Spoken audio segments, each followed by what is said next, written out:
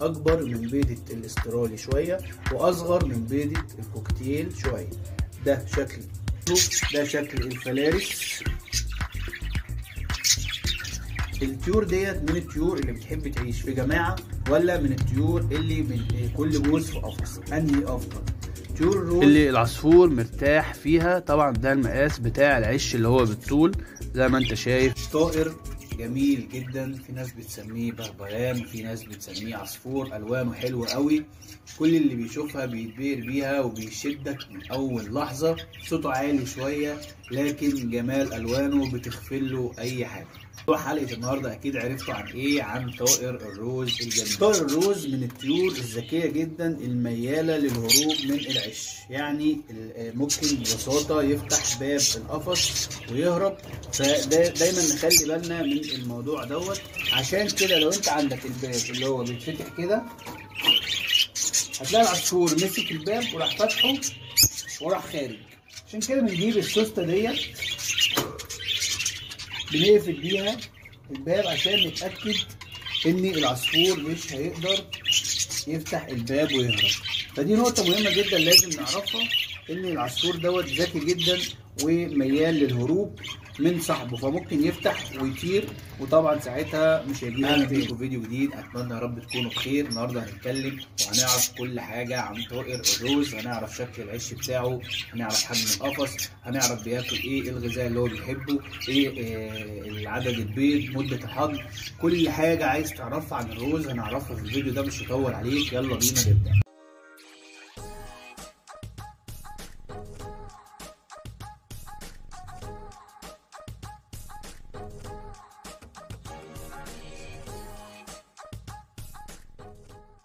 زي ما قلنا قبل الفاصل ان الفيديو ده هنتكلم عن كل حاجه تخص طائر الروز.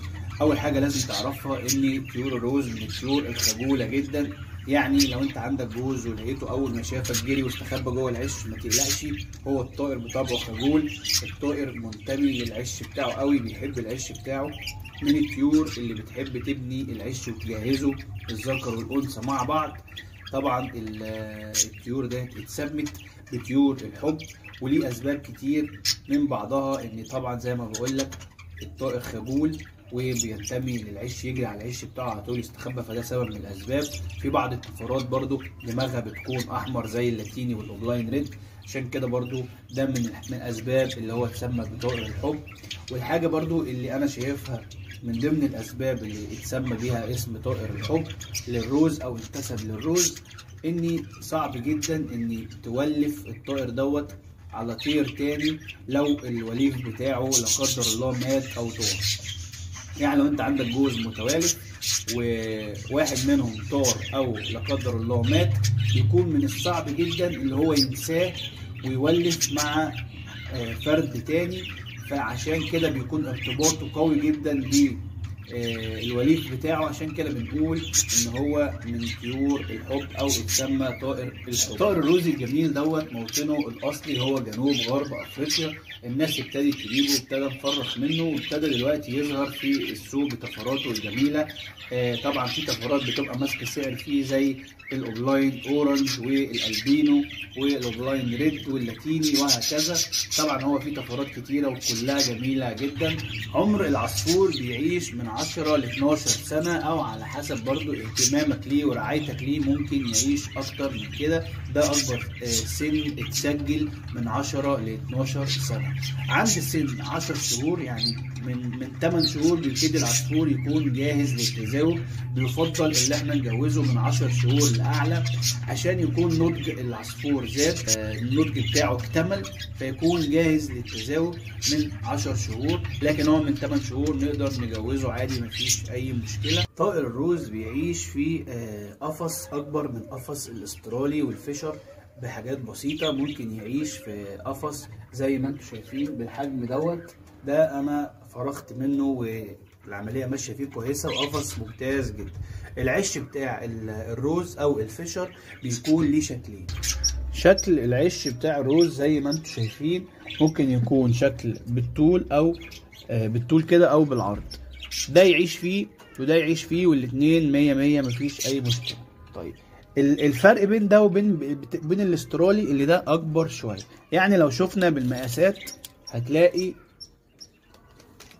دوت تقريبا 26 على عكس الاسترالي 24. يعني ده اكبر سنه. برضو الارتفاع بتاعه 20. لو شفنا عش استرالي هتلاقيه 16. انا برضو بديك مقاسات، وطبعا في السوق هتلاقي في مقاسات مختلفة، لكن انا بقولك على المقاسات اللي العصفور مرتاح فيها. طبعا ده المقاس بتاع العش اللي هو بالطول زي ما انت شايف 22. فسواء انت هتربي في عش زي كده بالطول ماشي، هتربي في عش زي كده ماشي، الاتنين كويسين مفيش اي مشكلة فيهم. هيبقى بالشكل دوت زي ما انت شايف، في اماكن للتثبيت، وطبعا بنعمل المسامير بتاعتنا واحنا بنثبته. هوريك فيديو بعد كده بطريقة تثبيت العش، وبيكون ليه باب من فوق عشان تقدر تبص على الفروخ وتبص على العصافير وتراقب دنيتك منه. طبعا العصفور ما بيحبش القلق، ودايما اي عصفور اتعود اللي انت هتربيه توفر له الامان، ما تخلوش خايف ومرعوب. بعد ما شفنا شكل العش اوريك شكل البيض بتاع الروز. طبعا البيض بتاعه بيتراوح من 4 ل 6 بيضات. مدة الحضن بتاعة البيض من 21 يوم ل 24 يوم. ممكن في الشتاء تصبر عليه كام يوم تاني، لان بيكون طبعا الجو ساقع، فالبيض ممكن يطول يومين او 3 على بال ما بيفرز. شكل البيض بتاع الروز بالشكل اللي انتوا شايفينه دوت، ده شكل بيضة الروز. اكبر من بيضة الاسترالي شوية، واصغر من بيضة الكوكتيل شوية. ده شكل بيضة الاسترالي، وده شكل بيضة الكوكتيل، وده شكل بيضة الروز. زي ما انتوا شايفين 3 احجام قدام عينيك، الاسترالي، الروز، الكوكتيل.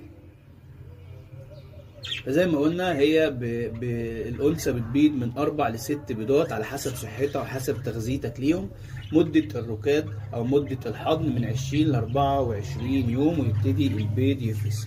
الميزة في الروز ان تلاقي الذكر دايما بيساعد الانثى في الركاد وفي تأكيل حتى الزغاليل، في بناء العش، في الاهتمام بالزغاليل. دايما بتلاقيهم متعاونين جدا. طائر الحب بقى هنعمل ايه؟ فدايما تلاقيهم مع بعض في كل حاجة، بيأكلوا مع بعض الزغاليل، بيهتموا بنظافتهم، بيهتموا بالبيض بتاعهم قوي. هتلاقي فيه بينهم محبة قوية جدا. الزغاليل وقت ما بتطلع بتقعد من 30 ل 40 يوم، ونقدر نفطمها او نعزلها. بيكون خلاص اعتمدت على نفسها في الاكل. انت بنفسك هتلاقي الزغلول ابتدى يلقط وابتدى ياكل، ابتدى يتحرك، ريشه اكتمل. هتلاقي يعني انت هتلاحظ ان العصفور خلاص ابتدى يعتمد على نفسه. فساعتها بنعزل الزغاليل ديت في قفص تاني علشان الاهالي تبتدي في عش جديد. فطبعا من 30 ل 40 يوم بنبتدي نلاحظ العصفور ابتدى يعتمد على نفسه ولا لا. المهم ان يكون الاهالي ما بتضربهوش وبتاكله وبتساعده وهو بيتعلم منها. لكن طبعا لو في اي مشكله قابلتنا بنضطر طبعا نلجا لحاجات تانية، زي مثلا ان احنا نعزلهم او ناكل يدوي، اللي احنا نعزل الفرد اللي عامل المشكله ديت لو في مثلا ضرب او تمليح او الى اخره. طيب الطيور ديت من الطيور اللي بتحب تعيش في جماعه، ولا من الطيور اللي من كل جوز في قفص؟ انهي افضل؟ طيور الروز تقدر تعيش في الاثنين، يعني في التربيه الجماعيه ناس فرخت منها وناجحه وكويسه نقدر نربي جماعي، ولو كل جوز في قفص لوحدهم في عين لوحدهم برضو مفيش اي مشكله، بنفرخ منهم والدنيا ماشيه تمام. فانت عايز تربي كده ماشي، عايز تربي كده ماشي. المهم ان يكون لو انت هتربي جماعي الجوز اللي انت هتربيه ده يعني ما يكونش اصلا جاي من تربيه جماعي، هيبقى فيه شويه مشاكل. يفضل اللي انت طبعا في الروز بالذات تجيب من حد مضمون، خصوصا ان التفريق بين الذكر والانثى من الحاجات الصعبه شويه في الروز والفشر. فبيفضل انت تجيب من حد مضمون ويفضل ان انت تجيب حاجه تكون اشتغلت عنده قبل كده، او تكون على الاقل بودت عشان يكون اتحدد ان فيهم ذكر وانثى. لان لو انت اشتريت من السوق او من حد مجهول ممكن يطلعوا في الاخر ذكرين او نتايتين ويكون فيهم مشكله، فطبعا هتدوخ وهتلف حوالين نفسك. فعشان نوفر على نفسنا بنجيب من حد مضمون سواء طائر روز او فيشر، عشان نضمن ان هو ذكر وانثى متحدد جنسهم، اشتغلوا قبل كده، او على الاقل زي ما قلنا النتايه باضت. زي ما قلنا في اول الفيديو خالص ان صوت طائر الروز عالي شويه لكن مش مزعج، هو صوته عالي وممكن لو انت حاطه جوه شقه ممكن يزعجك. فطبعا لو انت جايبه بهدف الربح والانتاج يفضل ان انت تربي في مكان بعيد عن الشقه. اول حاجه الغذاء بتاع العصفور ممكن ياكل فلارس، ممكن ياكل بلكم، ممكن ياكل الدنيبه. في ناس بتعمل الثلاث حاجات دي خلطه على بعضهم، وفي ناس بتقدم كل حاجه لوحدها، في ناس بتاكل فلارس بس. كل ده صح ومفيش اي مشكله فيه. العصفور بياكل بذور الطاقه، بذور الطاقه دي بتتباع جاهزه، يا اما انت ممكن تعملها، وعاملين بيها فيديو جوه القناه شارحين ايه البذور اللي ممكن نحطها. في بذور كتان، جرجير، فجل، الخ، خلطه بتتعمل لبذور الطاقه وبنقدمها برده للعصفور. الطائر بياكل خضروات وفواكه، نقدر نعمل له بيض بالبقسماط بياكله برده. كل الحاجات دي من العوامل اللي بتخلي العصفور صحته حلوه، لان طبعا زي ما انت عارف التنوع في الغذاء بيديله كل العناصر اللي هو محتاجها، مش الروز بس، اي طائر تاني. برضو طائر الروز بيحب اللب السوري ده جدا، او اللب اللي هو الاسمر دوت جدا، او شكله عشان تبقى عارفه.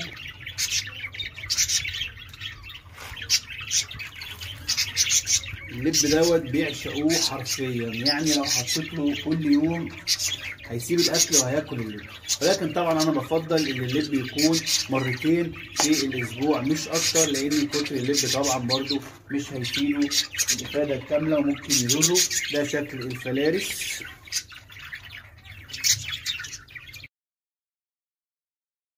ممكن نعمل مشروب اللي هو التوم المنقوع في ميه وعليه نص ليمونه، برضو عاملين فيديو كده عشان تحصين الطيور، خصوصا في الفتره بين الصيف والشتاء او العكس، فتره تقلب الفصول ديت بنعمل المشروب ده كتحصين للطيور، برضو مش للروز بس، لاي طائر تاني. الطائر ده برضو ممكن ياكل قمح منقوع او حلبة مستنبتة، يعني بياكل المستنبت وبياكل المنقوع وبياكل الخضار والفاكهة. كل الحاجات ديت من العناصر اللي تخلي صحة عصفورك كويسة جدا، وصحة الطائر بتاعك بتكون كويسة. طيب ايه النظافة؟ هل هي مهمة ولا مش مهمة؟ النظافة مهمة لأي طائر هتربيه، دايما تهتم بالنظافة، خصوصا للطيور اللي زي ما قلنا مناعتها ممكن تكون ضعيفة شوية. يعني ايه اهتم بالنظافة؟ يعني درج العش انضفه باستمرار، درج القفص انضفه باستمرار، العش نفسه اغير الفرشه بتاعته بين العش والتاني، اهتم بالنظافه. كل الحاجات ديت هتخلي الجو العام للعصفور عايش في بيئه نظيفه. الميه اغيرها باستمرار، اغسل المساء كويس، الاكلات كل اسبوع على الاقل اغسل الاكاله وانضفها وابتدي احط فيها اكل تاني. كل الحاجات ديت من العوامل ومن الاساسيات اهتمامك بطيرك عشان تشوف احسن انتاج. ان شاء الله في الفيديوهات اللي جايه هنتكلم عن طفرات الروز، وهنتكلم عن الفرخ منها، وهنتكلم عن حاجات تانية كتير. لو انت اول مره تشوفنا اعمل لايك واشتراك للقناه عشان نكبر وهنكبر بيكم باذن الله.